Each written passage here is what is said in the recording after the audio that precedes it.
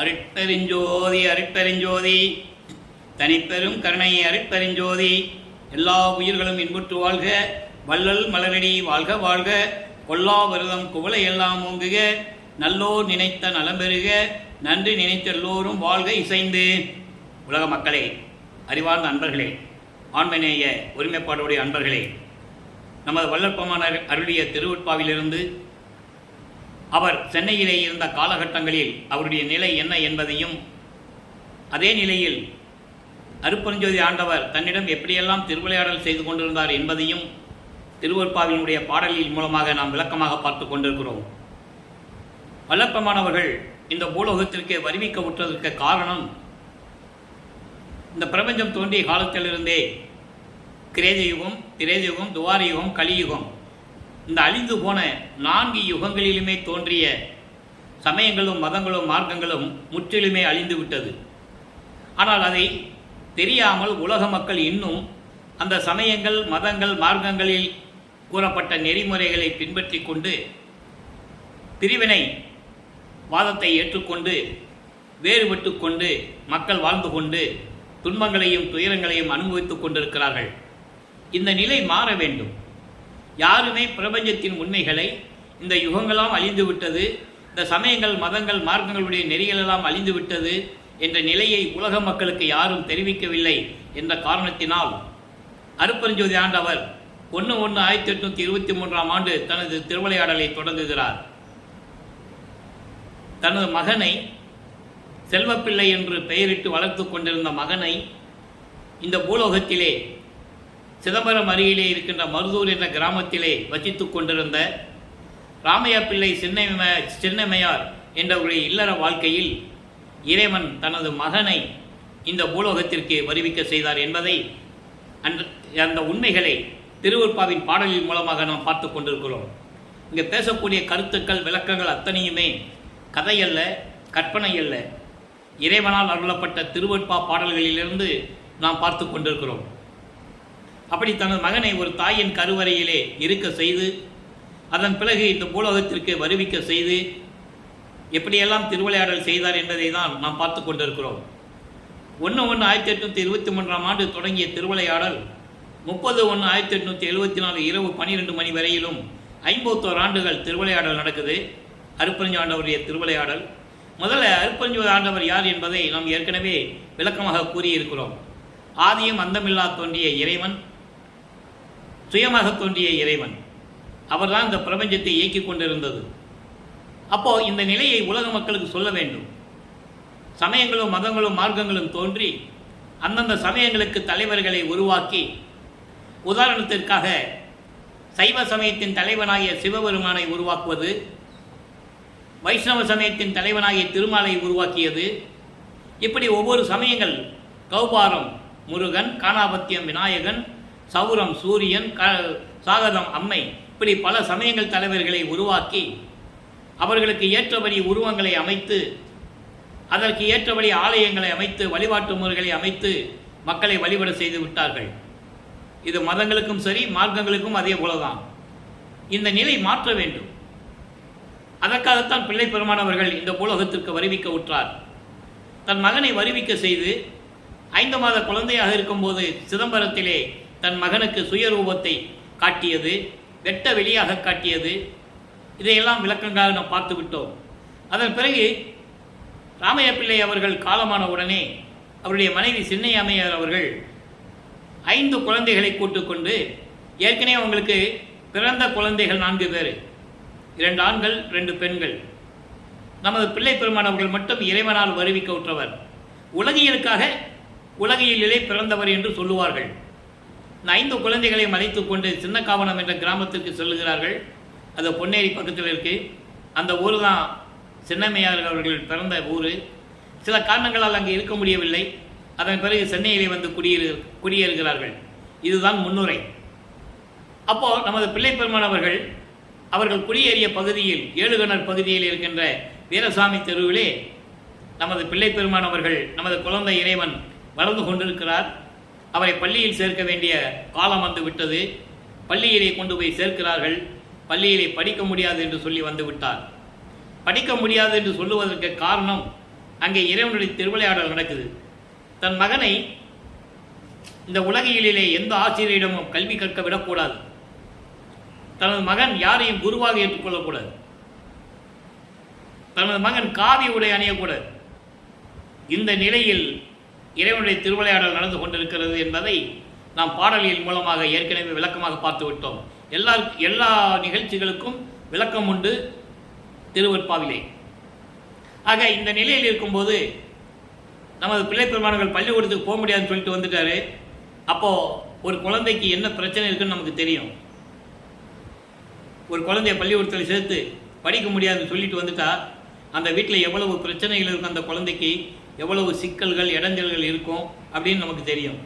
அதே நிலை நமது குழந்தை இறைவனுக்கு, நமது பிள்ளை பெருமான் அவர்களுக்கு ஏற்பட்டதுண்டு. உலகியலிலே அவருக்கு வைத்த பெயர் ராமலிங்கம். அருட்பெருஞ்சாண்டவர் தன் மகனுக்கு வைத்த பெயர் செல்வப்பிள்ளை. அதன் பிறகு மக்களால் திரு அற்பக சோழனார் என்று அழைக்கப்பட்டார். ஆக நமது பிள்ளை பெருமான் அவர்கள் இந்த நிலையில் இருக்கும்போது 8 ஆண்டுகள் முடிந்து விட்டது. முதல் 8 முடிஞ்சு போச்சு. அதாவது 51 ஆண்டுகளை 8 அருட்பெருஞ்சாண்டவர் பிரித்து தன் மகனுக்கு அருளை கொடுக்கும்போது 8 ஆண்டுகள் முடிஞ்சிருச்சு.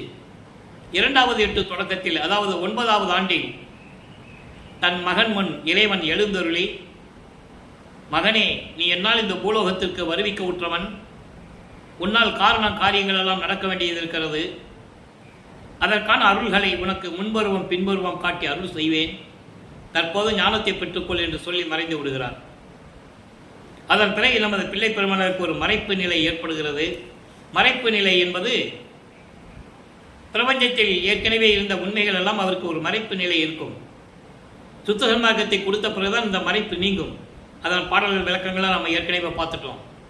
இப்போ 1824ஆம் ஆண்டிலிருந்து 1840 ஆண்டுகள் வரை, இந்த 16 ஆண்டுகள் வரை நமது பிள்ளை பெருமானுடைய நிலை எப்படி இருந்தது, தோன்றி துணையாக இருந்த காலகட்டத்தில் மக்களிடையே உலாவிக் கொண்டிருக்கும் போது அவருடைய நிலை என்ன என்பதை 1ஆம் திருமுறை 2ஆம் திருமுறை பாடலின் மூலமாக நாம் பார்த்து கொண்டிருக்கிறோம். 9வது ஆண்டில் தன்னை இறைவன் ஆட்கொண்டதை தெளிவாக குறிப்பிடுகிறார். ஆண்டாறு 3 ஆண்டில் ஆட்கொண்ட அருள்கடலே என்று கூறுவார். ஆரோடு 3வது ஆண்டிலே என்னை ஆட்கொண்ட கருணையின் கடலே என்று கூறுவார். ஆக இறைவன் தன்னை ஆட்கொண்டது 9வது ஆண்டில். 6 + 3 9. ஆக இறைவன் தன்னை ஆட்கொண்டதை 9வது ஆண்டு என்பதை திருவெற்பாவிலே தெளிவாக நமக்கு அருளியிருக்கிறார்கள். அதன் பின் இவர் பாடல் பாடுகின்ற ஆற்றலை பெற்றுக் கொள்ளுகிறார். சைவ சமயத்தில் இருந்து வருவிக்க உற்றதனால் சைவ சமயத்தின் தலைவனாகிய சிவபெருமானை ஏற்றுக்கொண்டு நமச்சிவாயா சிவாய நம என்ற மந்திரங்களை சொல்லி சரியை கிரியை யோகம் என்ற 12 நிலைகளில் நமது பிள்ளை பெருமான் அவர்கள் இருந்து கொண்டிருக்கிறார். திருநீர் பூசிக்கொண்டிருக்கிறார். அது சைவ சமயத்தின் அடையாளம். உத்தராட்ச மணியை மாற்றிக்கொண்டிருக்கிறார். அதுவும் சைவ சமயத்தின் அடையாளம் என்பதை ஏற்கனவே நாம் பார்த்திருக்கிறோம்.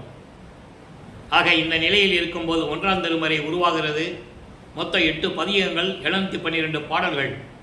இதுவரையில் நாம் திருவருள் முறையிடும் வடிவுடை மாணிக்க மாலை என்ற பதிகங்களில் இருக்கின்ற பாடல்களை அருட்பெருஞ்சோதி ஆண்டவருடைய திருவிளையாடல் என்ற பதிவிலே நாம் பார்த்து விட்டோம். இப்போ ஒவ்வொரு 8 ஆண்டுகளிலும் இறைவனுடைய நிலை என்ன என்பதை பார்த்து கொண்டிருக்கிறோம். ஆக 9வது ஆண்டிலிருந்து 12 ஆண்டுகளுக்குள் 1ஆம் திருமுறை உருவாகிறது. சிவநேச வெண்பா பதிகம் 4 மொத்தம் 100 பாடல்களை கொண்டது. இதுவரை 59 பாடலுடைய விளக்கங்களை பார்த்திருக்கிறோம். இன்று 60வது பாடல். சிவநேச வெண்பா என்பது சைவ சமயத்தின் தலைவனாகிய சிவபெருமானிடம் எப்படி முறையீடு செய்கிறார், அன்போடு பாசத்தோடு நேசத்தோடு எப்படி முறையீடு செய்கிறார் என்பதை பார்த்து கொண்டிருக்கிறோம். பாடலை கவனிங்கள். கொன் செய்தாருக்கு ஏற்றிடும் என் குற்றமெல்லாம் ஐயா, என்னை என் செய்தால் தீர்ந்திடுமோ யான் அறியேன். முன் செய்தோய் நின்பால் என்னை கொடுத்தேன், நீ செய்ததன்றி இனி என்பால் செயல் ஒன்றில்லை. இது பாடல். அதாவது உயிர்களை கொலை செய்கின்றவர்களுக்கு, இரக்கமில்லாத மனமுடையவர்களுக்கு நான் அவர்களுடைய கூட்டத்தில் சேர்ந்து கொண்டு அவர்களுடைய நட்பு வைத்துக் கொண்டிருந்தேன். இது என் குற்றம் அல்லவா? இந்த குற்றங்களை எல்லாம் இறைவா என்னை என்ன செய்தால் தகும்? என்ன செய்தால் இது தீர்ந்து போகும்? நான் அறியேன். ஏனென்றால் நீ என்னை பூலோகத்துக்கு வருவிக்க செய்துவிட்டு மகன் என்று அறிவித்து விட்டு சென்று விட்டாய். நல்லா கவனிக்கணும். இங்கே தான் ஒரு சூட்சமமான விளக்கங்கள் இருக்கு. இப்போ அருட்பெருஞ்சோதி ஆண்டவர் தான் இறைவன் அவருக்கு தெரியாது. சுத்த சன்மார்க்கம் தான் இருக்கு. சுத்த சன்மார்க்கம்னு ஒரு மார்க்கம் இருக்குது அவருக்கு தெரியாது. ஏனென்றால் தனது மகனை இதில் இருக்க செய்து நமச்சிவாயா சிவாய நமன்னு சொல்லி பாடல்களை பாட செய்து அதுக்கப்புறம் இது பொய்ன்னு சொல்லணும். அதுக்கு தான் தன் மகனை அங்கே இருக்க வைக்கிறார் என்பதை நீங்கள் புரிந்து கொள்ள வேண்டும். காரணம் 203 ஆண்டுகள் ஆகியும் கூட வல்லப்பமார்கள் வருவிக்க உற்று 203 ஆண்டுகள் முடிவடைந்த நிலையிலும் கூட அவருடைய இறைநிலையை, அவர் இறைவனால் வருவிக்க உற்ற மகன் என்ற நிலையை, எதற்காக இந்த பூலோகத்திற்கு வருவிக்க உற்றார் என்ற நிலையை உலக மக்களுக்கு யாரும் கூறவில்லை. கேட்டால் அவரும் பல சாமிகளை கும்பிட்டாருப்பா, அப்படிதான்ப்பா இருந்தாரு அப்படின்னு சொல்லிக்கிட்டே இருக்கிறார்களே தவிர அது பொய்ன்னு சொன்னாரே, பயனற்றது என்று சொன்னாரே, அதை மக்களிடம் ஏன் சொல்லவில்லை? காரணம், சுத்த சன்மார்க்கம் நெறிகள் பிடிக்காதவர்கள் இந்த உண்மைகளை மறைத்தார்கள். நல்லா புரிஞ்சுக்கணும். நீங்கள் அதுக்குள்ள விளக்கத்துக்கு போனால் நம்ம நேரம் பேசலாம், வேண்டாம். நம்ம பாடலுடைய விளக்கம் பார்ப்போம். இப்படி உயிர் கொலை செய்கின்றவர்களுக்கும் இரக்கமே இல்லாத மனம் கொண்டவர்களுக்கும் நான் எவ்வளவோ உதவிகள் செய்திருக்கிறேன், அவர்கள் உடன் இருந்திருக்கிறேன். இந்த குற்றத்தை எல்லாம் நாம் என்ன செய்வது? என்ன செய்தால் தீரும்? என்ன செய்தால் அந்த குற்றங்கள் எல்லாம் தீரும் என்பது எனக்கு தெரியவில்லை. கடவுளே, பிரபஞ்சத்தை இயக்கிக் கொண்டிருக்கின்ற இறைவனே, பிரபஞ்சத்தை இயக்கிக் கொண்டிருக்கின்ற இறைவனே, உன்னிடம் நான் என்னை கொடுத்தேன். நல்லா ஒன்று புரிஞ்சுக்கணும் ஒரு விஷயத்த. இந்த பூலோகத்துக்கு வருவிட்டு 8 வருஷம் வரைக்கும் அவருக்கு ஒன்றுமே தெரியாது. அவரே மனசு குழம்பி போயிருந்தார். பாவம், குழந்தை இறைவன். ஏன் பிறந்தோம், எதுக்கு நமக்கு இந்த பிரச்சனைகள்லாம் நடக்குதுன்னு அவருக்கு தெரியாது. இறைவன் ஆட்கொண்ட பிறகு சொல்றார், உன்னிடத்தில் என்னை கொடுத்து விட்டேன், இது உன் திருவிளையாடல் இல்லாமல் நான் என்ன செய்ய முடியும்? நான் என்ன சொல்ல முடியும்? என் செய்கையில் என்ன இருக்கிறது? இது உனது திருவிளையாடல். விரைவில் வந்து எனக்கு அருள்வாயாக, என்னை ஏற்றுக்கொண்டு விரைவில் வந்து எனக்கு அருள்வாயாக என்று இந்த பாடலில் நமக்கு அருளியிருக்கிறார்கள். வல்லபமான பற்றி கூறும்போது இந்த நிலைகள் எல்லாம் மக்களிடம் யாரும் சொல்லவில்லை. நல்லா புரிஞ்சுக்கணும். நீங்கள் பல புராணங்களிலும் காவியங்களிலும் சொல்லப்பட்ட கதைகளை எல்லாம் சொன்னார்கள் இல்லையா? அது உண்மை, சொன்னார்கள். ஆனால் திருவட்பாவை பற்றி, அதில் இருக்கின்ற பாடலுடைய நிலைகளை பற்றி, வல்லற்பமான இறைவனுடைய மகன் என்ற நிலையை பற்றி யாரும் சொல்லாததினால் மக்களுக்கு தெரியவில்லை. ஆக 9வது ஆண்டிலிருந்து 12 ஆண்டுகளுக்குள் தன்னுடைய நிலை எப்படி இருந்தது என்பதை பாடலின் மூலமாக பார்த்து கொண்டிருக்கிறோம். இப்போ இறைவனிடமிருந்து ஞானத்தை பெற்ற பிறகு இப்போ சைவ சமயத்தின் தலைவன் சிவபெருமான் இல்லையா? அவர் வழிபட்டு கொண்டிருக்கிறார், ஞானத்தை பெற்றுக்கொண்டார். 13வது ஆண்டின் தொடக்கத்தில் அவர் மனம் திருவொற்றியூருக்கு போக சொல்லுகிறது. போக சொல்லுகிறது என்று சொல்வதை விட அங்கே இறைவனுடைய திருவிளையாடல் நடக்குது. அப்போ மனம் தூண்டுகிறது. நமது குழந்தை இறைவன் 13வது ஆண்டில் கால் வலிக்க திருவொற்றியூர் நடந்து செல்லுகிறார். ஏழுகிணர் பகுதியிலிருந்து அங்கே தியாகராஜ பெருமானை வழிபடுகிறார். அப்போ மனதிடம் சொல்லுகிறார். நெஞ்சை தேற்றல் என்ற ஒரு பதிகம் 2ஆம் திருமுறை உருவாகிறது. 113 பதிகங்கள், 1207 பாடல்கள். இதுவரை 35 பதிகங்களுடைய விளக்கங்களை பார்த்திருக்கிறோம். 36வது பதிகமான நெஞ்சை தேற்றலை 7வது பாடல். நெஞ்சை தேற்றல் என்பது மனதை சமாதானப்படுத்துவது, மனதிடம் சொல்லுவது. நீ என்னோட கோயிலுக்கு வா, சிவபெருமானை கும்பிடுவோம், அவர் என்ன கொடுக்குறாரோ அப்படியே உங்களுக்கு வாங்கி தரேன் அப்படின்னு சொல்லுவது. மனதை சமாதானப்படுத்தி கூட்டு போறாரு. நல்லா கவனிச்சிக்கணும். இப்போ மனதை சமாதானப்படுத்தி கூட்டு போறாரு. இறைவனுக்கு அருளை பெற்றது எப்போ? இதையெல்லாம் விட்ட பிறகு. அதை நம்ம பார்த்துக்கிட்டு இருக்கோம். இப்போ பாடலை பாருங்க. 7வது பாடல். மரப்பிலா சிவயோகம் வேண்டுகினும், சிவயோகம் வேண்டுகினும், வலுத்து அரும் பெரு வாழ்வு வேண்டுகினும், இறப்பிலாது இன்னும் இருக்க வேண்டுகினும், யாது வேண்டினும் ஈகுவேன் உனக்கே. பிறப்பிலான் எங்கள் பரசிவ பெருமான், பித்தன் என்று நீ பெயர்ந்திடல் நெஞ்சே, வரப்பிலான அருள்கடல் அவன் அமர்ந்து வாழும் ஒற்றையின் வருதி என்னுடனே. ஏன் அலைவாய் வந்து கொண்டிருக்கிறாய் மனமே? நீ ஒரு இடத்தில் நில்லு. முதல்ல மனதை சமாதானப்படுத்துகிறார். மனம், சித்தம், புத்தி, அகங்காரம், இந்த அந்த கரணங்களை அடக்க வேண்டும். அதுதான் இந்த பாடலுடைய சூட்சமம். மெய்யான கருத்து தான், உண்மையான கருத்து, மைய கருத்து. அப்ப மனதிடம் சொல்லுகிறார், மனம் அலைபாயாதே, மனம் ஒரு குரங்கு என்று சொல்லுவார். ஆக என்னுடன் வா திருவொற்றியூருக்கு என்று சொல்லி இந்த பாடலை அருளியிருக்கிறார்கள். மரப்பிலா சிவயோகம் வேண்டுகினும், அதாவது அளவில்லாத பேரின்பம், இறைவனுடைய பேரின்பம் உனக்கு வேண்டும் என்றாலும் சரி, வலுத்து அரும்பெரு வாழ்வு வேண்டினும், அதாவது சிறப்பான புகழுடைய பெரும் வாழ்வு உனக்கு வேண்டும் என்றாலும், இறப்பில்லாது இன்னும் இருக்க வேண்டியும், உனக்கு மரணமில்லாமல் இருக்க வேண்டும் என்றால், இந்த பூலோகத்தில் நீ மரணமில்லாமல் இருக்க வேண்டும் என்றாலும், நீ என்ன வேண்டுனாலும் நான் உனக்கு வாங்கி தருகிறேன், உனக்கு கொடுக்கிறேன். இறைவனை வணங்குவோம், இறைவன் என்ன கொடுக்கிறாரோ அதை அப்படியே உனக்கு கொடுத்துடுறேன். நல்லா புரிஞ்சுக்கணும். இதை தன்னை பற்றி சொல்லுகிறார், மனதிடம் சொல்லுவது போல சொல்லுகிறார். இறைவன் என்ன வேணாலும் எனக்கு கொடுப்பார் என்ற நிலையில சொல்றார். நல்லா கவனிச்சுக்கணும். யாது வேண்டினும் ஈகுவேன் உனக்கே. நான் என்ன வேண்டினாலும் சரி, உனக்கு என்ன வேண்டும் என்றாலும் நான் இறைவனிலிருந்து பெற்று உனக்கு தருகிறேன். பிறப்பிலான் எங்கள் பரசிவ பெருமான். பிறப்பிலான் என்பது சுயமாக தோன்றிய இறைவன். ஒரு தாயின் கருவறையில் முளைக்காதவருக்கு என்று சொல்லுவார் ஒரு பாடலிலே. ஒரு தாயின் கருவிலே முளைக்காதவருக்கு என்று சொல்லுவார். அப்போ சுயமாக தோன்றிய இறைவன் ஆதி சிவன் என்று கூறுகிறார். ஏன்னா அப்போ சிவபெருமானை பற்றி அவருக்கு சொல்ல தெரியும், அருட்பெருஞ்சாண்டவரை பற்றி சொல்ல தெரியாது. மறைப்பு நிலையில் இருந்து கொண்டிருக்கிறார். அதை நீங்கள் மனசில் வச்சுக்கணும். சிவபெருமானை கும்பிட்டாரு, அப்புறம் ஏன் அதை வேண்டான்னு சொன்னார், அருட்பெருஞ்சாண்டவர் சொல்கிறாரு அப்படின்ற நிலை உங்களுக்கு, அந்த கேள்விக்கு உங்களுக்கு பதில் வேண்டும். அதான் இன்னைக்கு நம்ம பார்க்க போகிறோம். நீங்கள் கேள்வி கேட்டுட்டீங்க, சிவபெருமானை கும்பிட்டுக்கிட்டு இருந்தாலும் எப்படி அருட்பெருஞ்சாண்டவரை கும்பிட்டாரு அப்படின்னு ஒரு கேள்வி உங்களுக்கு வரும்ல. ஏன்னா உங்களுக்கு திருவருப்பை பற்றி தெரியாது. அந்த கேள்விக்கு பதில் இன்னைக்கு கிடைக்கும். அப்போ சிவபெருமானில் சுயமாக தோன்றிய இறைவன், அவனை நீ எப்படி கூப்பிடுன்னு சொல்லுமா? பித்தன் என்று கூப்பிடு. பித்தன் என்று நீ பெயர்ந்திடே நெஞ்சே, அவனை பித்தன் என்று கூப்பிடு. பிரைசூடா பித்தன் என்றும் இப்படியெல்லாம் சிவபெருமானுடைய பேர் உண்டு. கூத்தாடி என்றும் பித்தன் என்றும் நிறைய பெயர்கள் உண்டு. நீ பித்தன் என்றே இறைவனை கூப்பிடும் மனமே. வரப்பிலா அருள்கடல். அவன் யாரு? வரப்பில்லா அருள்கடல், கரையில்லாத அருள்கடல்,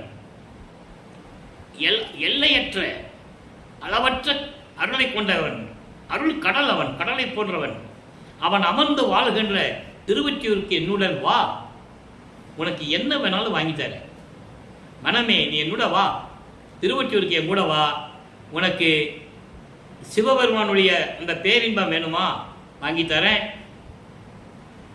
பெரிய வாழ்வு வேண்டுமா? வாங்கித்தரேன். உனக்கு மரணமில்லா பெருவாழ்வு வேண்டுமா? இறப்பில்லாது நீ இருக்க வேண்டுமா? அதையும் வாங்கித்தரேன். நீ என்ன கேட்டாலும் வாங்கித்தரேன், என்னுடன் வா என்று மனதிடம் சொல்லுவது போல அவருடைய நிலையை உலக மக்களுக்கு தெரிவிக்கிறார். ஆக வல்லப்பமானவர்கள் 1824 ஆண்டிலிருந்து 1840 ஆண்டுகள் வரை இந்த 16 ஆண்டுகள் அவருடைய நிலை என்ன என்பதை பாடல் மூலமாக பார்த்து கொண்டிருக்கிறோம். இங்கே திருவொற்றியூரில் எந்த விதமான அருள் கிடைக்கவில்லை என்று திருமலை வாயிலுக்கு செல்லுவார். அங்கே இருக்கின்ற சிவபெருமானுடைய பெயர் மாசிலாமணி. அங்கே போயும் வேண்டுவார். அங்கேயும் எந்த விதமான பலன் கிடைக்காது. என்னை இந்த பூலோகத்துக்கு வருவிக்க செய்துவிட்டு உனது மகன் கால் வலிக்க நடந்து வந்து கொண்டிருக்கிறேன். என்ன மகனே, எப்படி இருக்க? கால் வலிக்குதா மகனே என்று கூட கேட்காமல் ஊமையாக இருந்து கொண்டிருக்கிறாயே என்ற நிலைகள் எல்லாம் நாம் ஏற்கனவே பார்த்து விட்டோம் பாடலின் மூலமாக. அதன் பிறகு திருவழித்தாயம் செல்லுவார். அங்கே போனாலும் அப்படிதான். என்ன கந்த துணியை கட்டிட்டு இருக்க? எனக்கு ஒரு துணியை கொடு, நானும் கட்டிட்டு நிற்கிறேன். அப்பனும் பிள்ளையும் வேறு வழி இன்றி கந்த துணியை கட்டிட்டு இருக்கான். பெத்த பிள்ளையை தெருவில் விட்டுட்டான்னு சொல்லி இந்த உலகம் ஒன்று பேசட்டும், பேசும். அப்படி இழி சொல்லுக்கும் பழி சொல்லுக்கும் ஆளாகாமல் என்னை விரைவில் வந்து நீ ஆட்கொள்ள வேண்டும் என்றெல்லாம் கூறுவார்.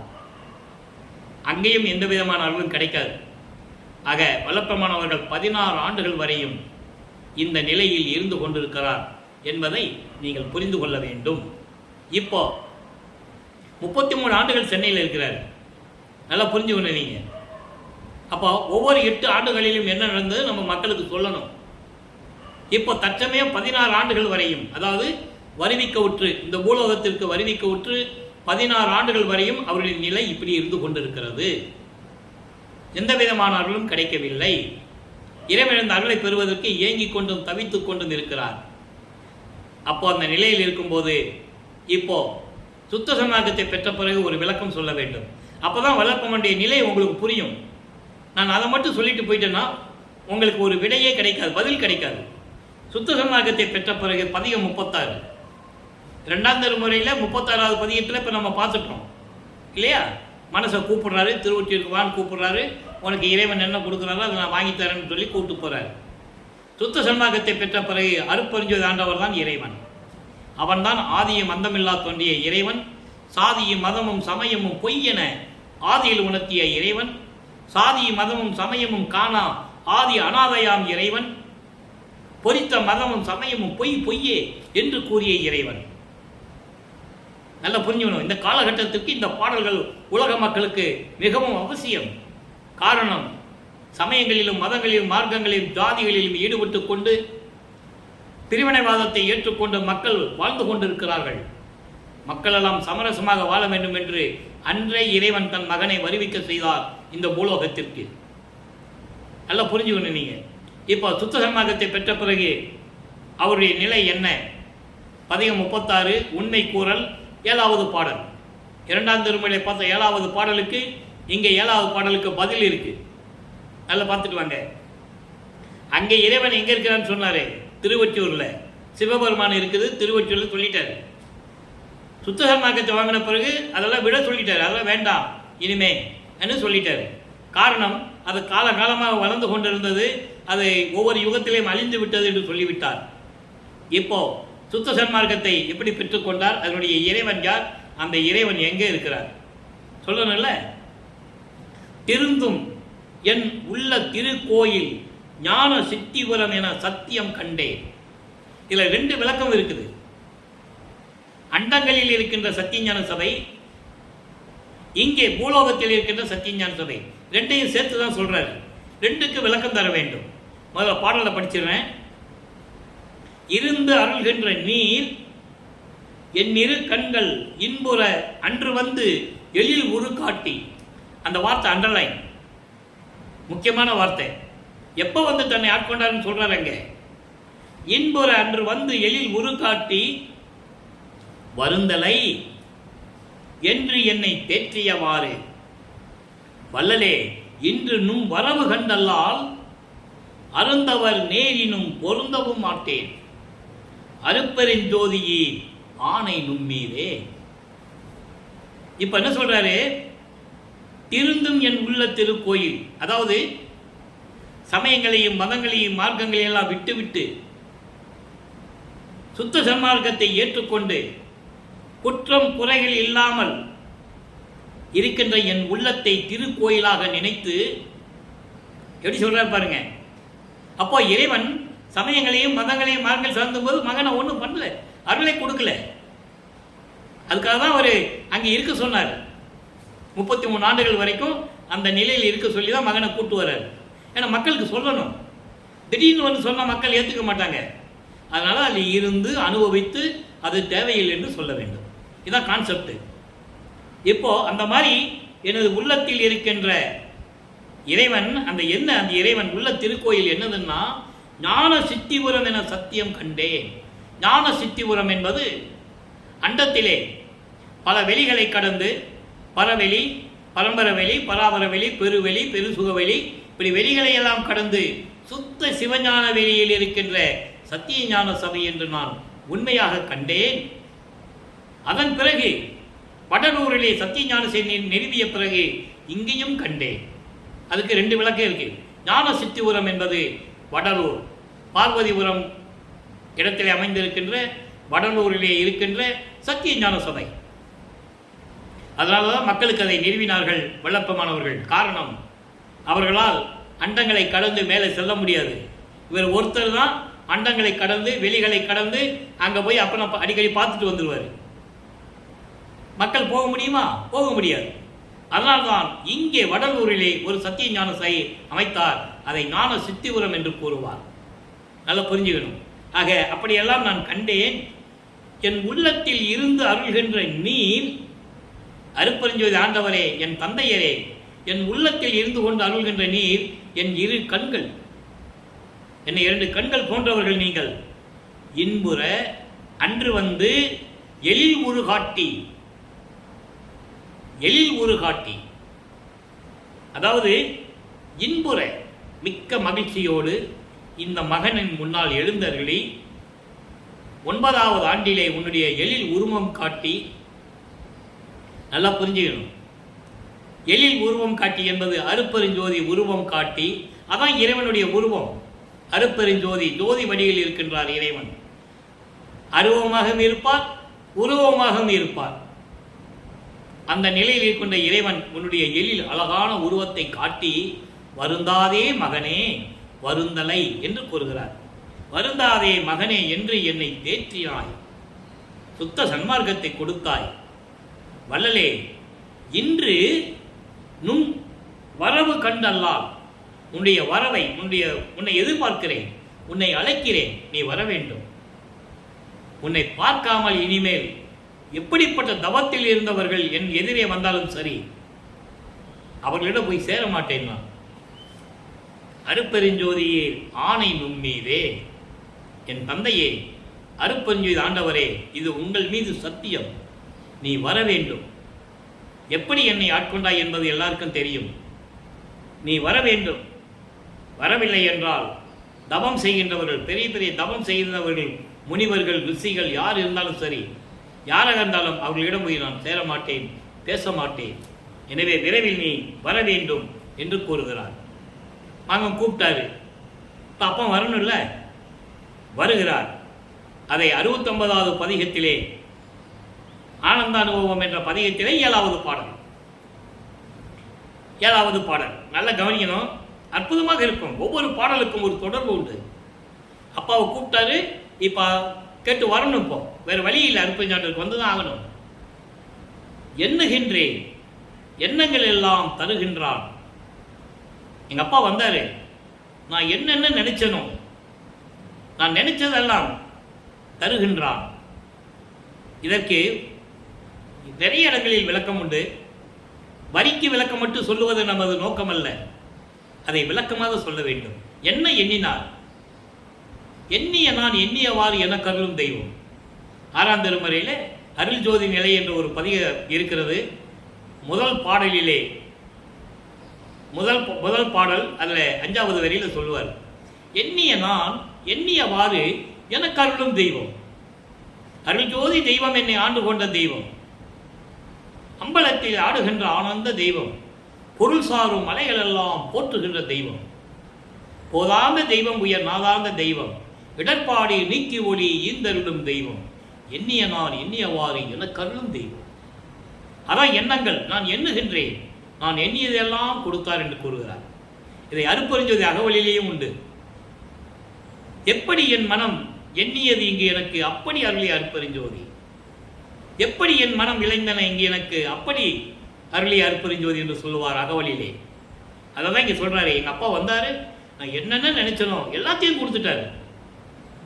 எண்ணுகின்றேன், உண்ண உண்ண ஊட்டுகின்றான். உண்ண உண்ண ஊட்டுகின்றான் என்பது திகட்ட திகட்ட எனக்கு அருளமதம் ஊட்டுகின்றான். திகட்ட திகட்ட எனக்கு இறைவன் அருளமதம் ஊட்டுகின்றான் என்று சொல்கிறார். மதிமண்டல தமதம் உண்ட வரவர். பசி என்று கூறும்போது மதிமண்டலத்திலிருந்து உள்நாக்கு வழியாக அமுதம் சுரக்கம் இருக்கு. அவரை போய் சமைச்சாரு, சாப்பிட்டாரு, தூங்குனாரு, படுத்தாரு, இப்படியெல்லாம் கதை சொல்லுவார்கள். இறைவனுக்கு ஏது உறக்கம், ஏது பசி? நான் பசித்த போதெல்லாம் தான் பசித்ததாகி எனக்கு அருளமுதம் கொடுத்தார் என்று சொல்லுவார். வல்லப்பெருமான் அவர்கள் அருளமுதம் உண்டவர். மற்றவங்களுக்காக ஏதோ ஒரு இடத்துல உட்கார்ந்து சாப்பிடுங்கன்னு சொன்னாங்கன்னா சும்மா உட்காருவாரு, கை சோத்துல வைக்குவாரு, சாப்பிட்ட மாதிரி தெரியும், சாப்பாடு உள்ள போகாது. நான் உண்ட உணவெல்லாம் அமுதமாயிற்று என்று கூறுவார். இந்த விட்லாச்சாரி படத்தில் சினிமாவில் பார்த்துருப்பீங்க நீங்கள். அந்த மாதிரி தான் இது திருவிளையாடல். இதை நீங்கள் உணர்ந்துக்கணும். மலம் சாப்பிட்டு சாப்பிட்டு மலம் ஜலம் கழிக்கின்றவன் தூங்குகின்றவன் இறைவனாக இருக்க முடியாது. நல்லா புரிஞ்சுக்கணும் நீங்கள். அப்போ இந்த நிலையில் இருக்கும்போது சொல்றாரு, உண்ண உண்ண ஊட்டுகின்றான், திகட்ட திகட்ட நான் போதும் போதும் என்று சொல்லுகின்ற அளவுக்கு எனக்கு அருள் அமுதம் ஊட்டுகின்றான். நன்னும் திருச்சிற்றம்பலத்தை திருநடம் செய்கின்றான். அதாவது சுத்த சிவஞான வெளியிலே இருக்கின்ற அந்த சத்தியஞான சபையிலே இருக்கின்ற சிற்றபையிலே இருந்து கொண்டு திருவிளையாடல் செய்து கொண்டிருக்கிறான் என் தந்தை. என் குற்றம் பல பொறுத்து கொண்டு. இவர் என்ன குற்றம் செஞ்சாரு? நல்லா புரிஞ்சுக்கணும். குற்றமெல்லாம் செய்யல. குற்றம் என்பது தன்னை அறியாமல் சமயங்களிலும் மதங்களிலும் மார்க்கங்களில் இருந்து கொண்டு அதை பின்பற்றி கொண்டிருந்தவர். அதை கடைசி வரைக்கும் சொல்லுவார். நீ திருவிளையாடல் செய்ய வச்சுதான் எனக்கு இருக்க வச்ச, இருந்தாலும் அதை என்னால் மறக்க முடியவில்லை சொல்லுவார். அப்போ அந்த குற்றங்களெல்லாம் பொறுத்து கொண்டு சிற்றவையிலே இருந்து கொண்டு திருவிளையாடல் செய்து கொண்டிருக்கின்ற இறைவனே, என் தந்தையே, உன்னுடைய பெருமையை நான் எப்படி சொல்லுவது என்றெல்லாம் இந்த பாடலிலே கூறியிருக்கிறார்கள். சரி, இப்போ எண்ணிய எண்ணமெல்லாம் கொடுத்துட்டேன்னு சொல்றாரு. அதுக்கு விளக்கம் தரணும் இல்லை? 69வது பதியத்தில் ஆனந்த அனுபவத்தில் அவர் சொல்லிட்டாரு. அதுக்கு முன்னால உண்மை குரல் என்ன சொல்றாரு? எங்க அப்பா நான் வரணும்னு சொன்னேன், உன்னை பார்க்காம நான் எதையுமே செய்ய மாட்டேன்னு சொன்னேன்னு சொன்னார். அப்பா வந்துட்டார், எல்லாத்தையும் கொடுத்துட்டாரு, வாங்கிட்டேன்னு சொல்லிட்டாரு. என்னென்ன கொடுத்தாரு அதை சொல்லணும்ல.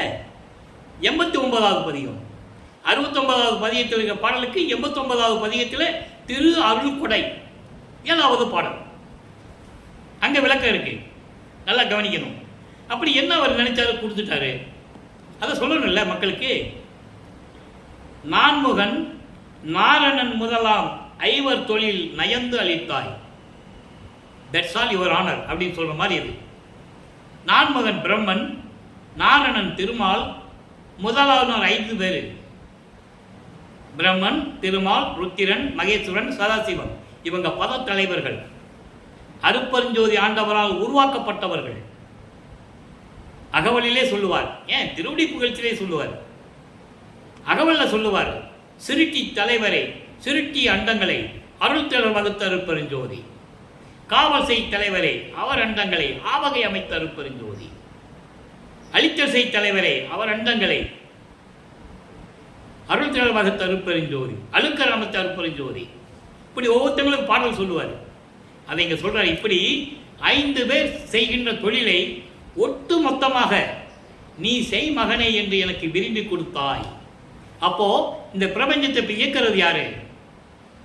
பிரம்மன், திருமால், ருத்திரன், மகேஸ்வரன், சதாசிவனுடைய ஆயுள் காலம் முடிந்து அவங்களுடைய செயல் காலம் முடிந்து செயலிழந்து இருக்கிறார்கள்.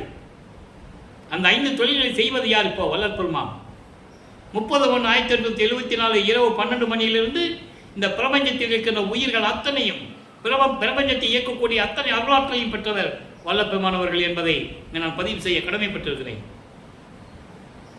ஆக இப்படி 5 தொழிலையும் எனக்கு விரும்பி கொடுத்தாய், மேன்மை வரும் அருட்ஜோதி திருவமுதம் வியந்தளித்தாய். அருள்ஜோதி அருள் அமுதம், உயர்ந்த நிலையில் இருக்கக்கூடிய அருள்ஜோதி அருள் அமுதத்தையும் எனக்கு கொடுத்தாய். நான் அதிசயமாக பார்த்தேன். அதை அதிசயிக்கும்படி, எல்லாரும் பார்க்கும்படி, விண்ணுலக தேவர்கள் எல்லாரும் பார்க்கும்படி எனக்கு அந்த அருட்பெருஞ்சோதி அருள் அமுதத்தை எனக்கு கொடுத்தாய். பான்மையுறும் நீ நடியார் சபை நடுவே பதித்து, பான்மையுறும், அதாவது பான்மை உறும் என்பது சாதிகளையும் மதங்களையும் மார்க்கங்களையும் தவிர்த்த ஆண்மநேய ஒருமைப்பாட்டோடு விளங்கிக் கொண்டிருக்கின்ற சுத்த சன்மார்க்கத்தை சேர்ந்த சாதுக்கள், சுத்த சன்மார்க்கத்தை சேர்ந்த அன்பர்கள், சுத்த சன்மார்க்கத்தை சேர்ந்த சம்சாரிகள், உலக வாழ்க்கையில் இருக்கின்றவர்கள், இவர்களுடைய சபை நடுவே அவருடைய கூட்டத்தில் நடுவே வைத்து எனக்கு அருளி தேன்மையோடு வளர்க்கின்றாய்.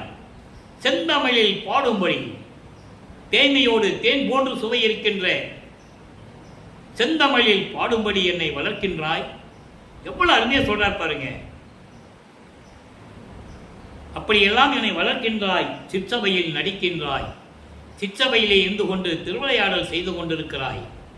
அப்போ வல்லபெருமான் அவர்கள், பிள்ளை பெருமான் அவர்கள் ஏன் இந்த பூலோகத்துக்கு வரிவு கூட்டான்ற உண்மை இப்போ உங்களுக்கு தெரியும்.